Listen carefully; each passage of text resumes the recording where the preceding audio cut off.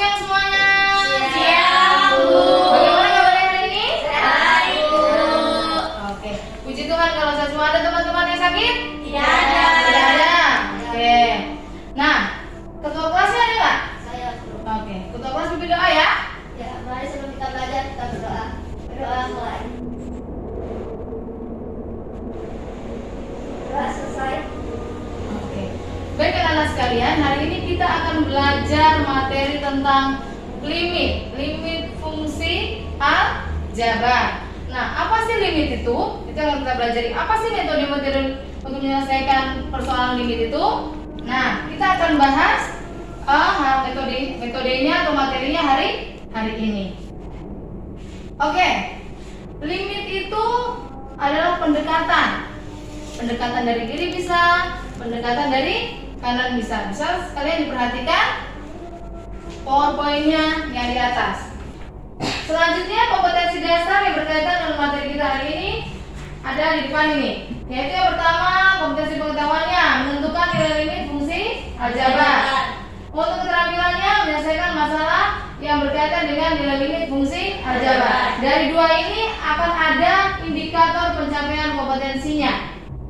Indikatornya yaitu yang pertama, peserta didik dapat menentukan nilai limit fungsi aljabar mendekati suatu nilai tertentu. Yang kedua, peserta didik dapat menentukan nilai limit aljabar mendekati suatu nilai tak hingga. Yang ketiga, peserta didik dapat menyelesaikan masalah berkaitan dengan nilai limit fungsi aljabar mendekati suatu nilai tertentu. Yang keempat, peserta didik dapat menyelesaikan masalah yang berkaitan dengan nilai limit fungsi aljabar mendekati nilai tak tentu. Oke, nanti Ibu akan bagikan kalian bahan ajar dan KPD yang berkaitan dengan materi kita hari ini.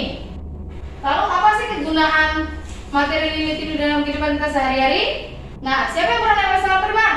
Saya. Hanya kita lihat ini saja yang pernah naik pesawat terbang? Ya, Bu. Oke. Yang lain belum pernah nih? Belum. Tapi pernah lihat di televisi? Pernah. Oke. Pesawat terbang itu kan kalau sudah ke atas, dia mau turun untuk mendarat berarti harus ke landasannya, ya kan? Ya. Dari awal titik nol, begitu. Dari atas berarti, atau kalau tidak dari titik nol naik ke atas. Berarti dari titik nol ke satu. Dari titik nol itu ke satu, banyak titik-titiknya kan? Ya. Nah, itulah limit yang akan kita cari. Yang mengontrol pesawat terbang siapa? Pilot.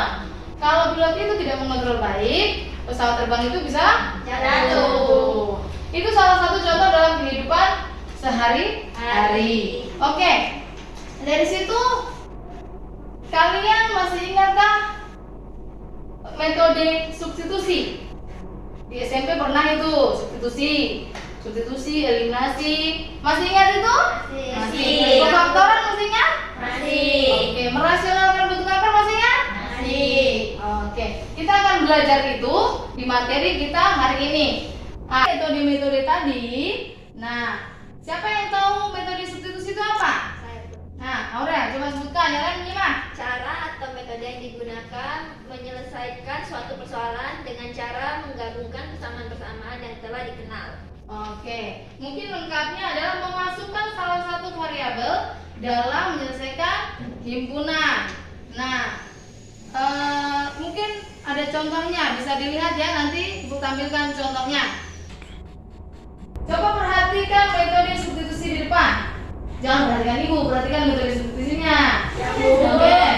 Nah, di situ ada persamaan 1, persamaan 2. Nah, penyelesaian seperti itu. Tadi apa Ibu bilang? Memasukkan salah satu variabelnya. Ini contoh metode substitusi. Kalau pemfaktoran, masih ingat pemfaktoran? Masih. Nah, masih ingat? Masih. Iya. Sedikit. Oke, oke. Itu misalnya x kuadrat tambah berapa x gitu. Tambah berapa sama dengan 0. Coba perhatikan contohnya. Untuk pemfaktoran. Nah, seperti ini. 5x kuadrat tambah 13x itu harusnya tambah 6 ya, sama dengan 0. Nah, hasil pemfaktorannya itu adalah 5x tambah 3 dikali x tambah 2 sama dengan 0. Itu pemfaktorannya. Seperti itu. Nah, tadi sudah substitusi, sudah ada pemfaktoran. Satu lagi apa tadi? Merasionalkan bentuk Bentuk akar.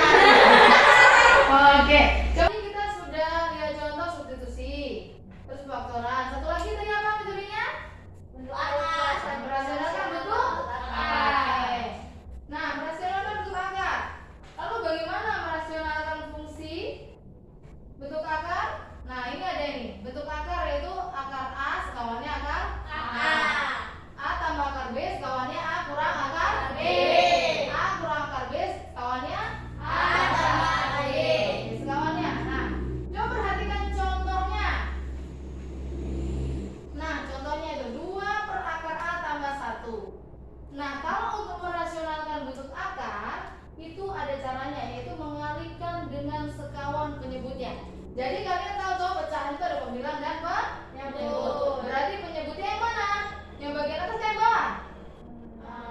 Atas. Penyebutnya Bawah. Oke, penyebutnya yang bawah. Jadi yang dirasionalkan yang ada akarnya yang bawah. Kalau di situ akar 2 tambah 1, berarti sekawannya akar 2 kurang 1. Nah, itu cara menyelesaikan, cara merasionalkan bentuk akar. Oke, cara-cara yang baru kita bahas ini, substitusi, pemfaktoran, merasionalkan, itu masuk dalam materi kita hari ini, yaitu limit fungsi aljabar. Oke. Ini metode-metode yang tadi, metode penyelesaian limit fungsi aljabar. Yang pertama metode substitusi dengan menggunakan mengalihkan dengan akar sekawannya. Nah, itu ada contohnya yang seperti tadi juga sama. Ingat yang dikalikan adalah sekawan dari penyebutnya. Oke, ada yang mau ditanya dari sini? Tidak ada? Oke, Ibu akan lihatkan contoh-contohnya. Menggantikan nilai X-nya. Ini contohnya. Nah, nanti bisa kalian lihat juga atau pelajari contohnya di modul atau bahan ajar yang akan Ibu bagi LKPD ini. Oke, kelompok 1 ini LKPD-nya, ini kelompok 2. Nah, kalian bisa diskusi kelompok di dalam situ. Di situ ada LKPD-nya, kalian bisa berdiskusi untuk menyelesaikan tugas-tugas itu. Nah, coba perhatikan halaman 4-nya. Di situ ada metode substitusinya, pemfaktorannya, langsung ada yang merasionalkan. Bisa dilihat di LKPD-nya atau di bahan ajarnya? Bisa? Oke. Nah, itu bisa dilihat di situ ada contoh-contohnya, diperhatikan, dilihat. Contoh-contohnya toh, itu bisa nanti kalian selesaikan LKPD-nya yang di belakang. Oke. Ibu kasih waktu menyelesaikan LKPD-nya. Oke. Sudah selesai mengerjakan LKPD-nya? Siapa yang mengerjakan? Oke, kelompok 1. Kelompok yang lain memperhatikan. Sama anggota kelompok 1 ya, dilihat ya teman yang mengerjakan di depan. Kalau ada yang berbeda dari jawaban kalian, bisa langsung kalian utarakan. Salahnya di mana? Ya, Bu. Permasalahannya di mana?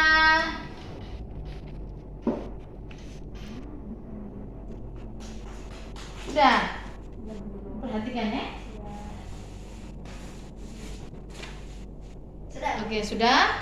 Yang berikutnya Yang bawah kan oh iya, dijelaskan itu. ini. Nah, Jadi limit X mendekati 1 dari X kuadrat kurang 1 mendekati min 1. mendekati min 1. Oke.